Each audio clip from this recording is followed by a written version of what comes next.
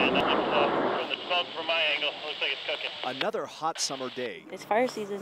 It's time to be ready. All right, copy. I'm not familiar with that, but I'll just send them up in truck.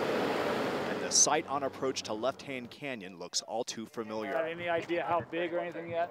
Fire officials call this the Maxwell Fire. I'll be heading your way in about 2. A name that means very little to residents. We have some horses up mile marker 14. I copy that. Especially to those like the Days who lived through fires by other names before. We went through it last year. Yeah, it's tough. And yet we were just seeing how close the fire was to them. It's hard to believe that just 300 acres could produce so much smoke that people who live in the area study. I see the dark smoke, and that to me tells me some kind of structure is going on. Overhead, air platforms offer their support. While on the ground, teams called hotshots gear up. Crew 2, mobilize. Get out of here. Off you go.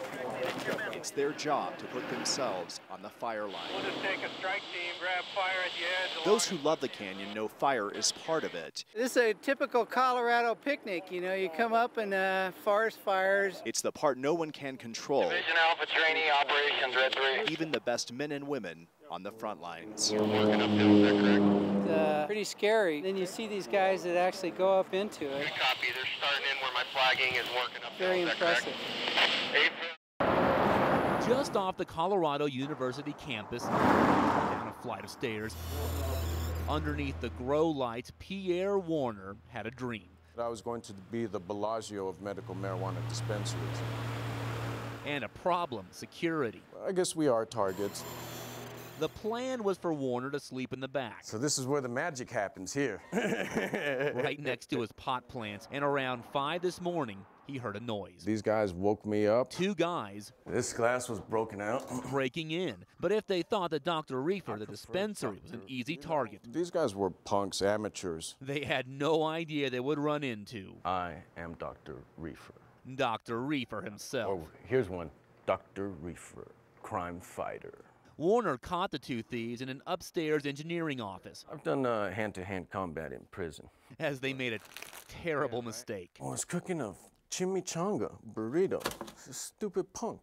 Dr. Reefer was armed only with a pipe. Now, not that kind. A big metal one, enough to keep one thief at bay, but not the other. He clocked me right here. The fight was on. And so it looks really cool if you go with me. So, all right, I grabbed him. Bam! Bam! And Dr. Reefer subdued the man who hit him, handing him to the Boulder police. We are concerned about these types of businesses. Worried that 3 marijuana dispensaries have been robbed in just the last month. And the community is going to have to make some decisions about how to handle this. Maybe that's why Warner is sending a message. I think this sends a message to all these punks and robbers and thieves that to stay away from the dispensaries, because we'll fight back. Down a flight of stairs where all the grass is growing. All businesses start off with some blood, sweat, and tears. Dr. Reefer is ready to defend his turf. And I just donated my share. 30+ miles an hour, going around 4 to 6 cones per second. 3 inches over the ground is an unreal feeling.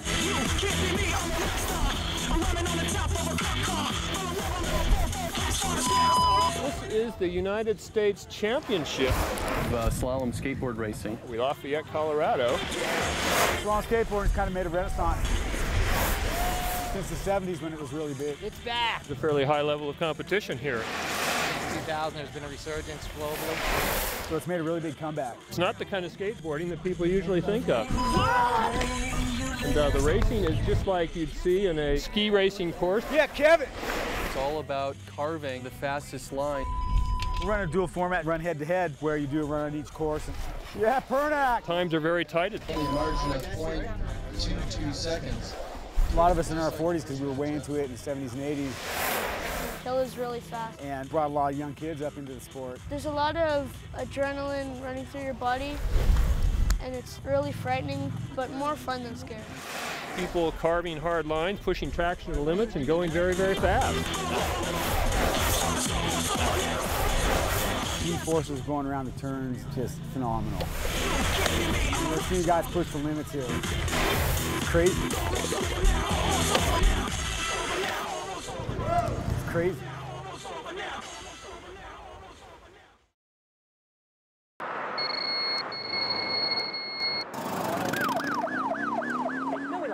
speeding ticket. Lane number 1, 73 miles an hour. He got me for 73 and a 55. Lane 1. Which I was definitely going too fast. This guy's moving 70 plus.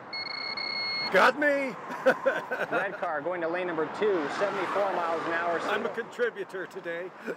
It didn't take us long to find drivers speeding along Interstate 25. Hello, it's your license? Just north of I-70, where the speed limit is 55. Lane number 1, pickup truck, 75. According to Denver records, this is one of the most ticketed areas in the city. 72 miles an hour, lane 1. Quick as almost I can pull the trigger right now. I'm getting speeders. Sergeant Kevin Edling can pick out speeders even before he raises the laser. They look like they're doing about 65.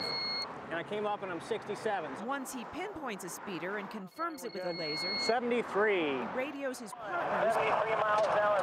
waiting to pull over the drivers. We had that many speeders in less than 3 minutes. I had 4 bikes here. I have to wait till my motorcycles come back so we can enforce some more speed. My proudest moment's caught on film. Sarah Lawless is stopped for going 16 miles over the speed limit. You're going 71. I wanted to ask her if she knew how fast she was going. She said, pretty fast. I said, well, that's true. Just one of 41 drivers pulled over in just 90 minutes. As busy as this location is, it's not even number 1. The top spot on our list is Pena Boulevard, just past E470 on the way out to the airport. Last year, Denver police caught more than 4,000 speeders here. The number 2 spot on our list is 2500 West 29th Avenue near Spear in Zunai, in a school zone. And last year, Denver police handed out 1,577 tickets here.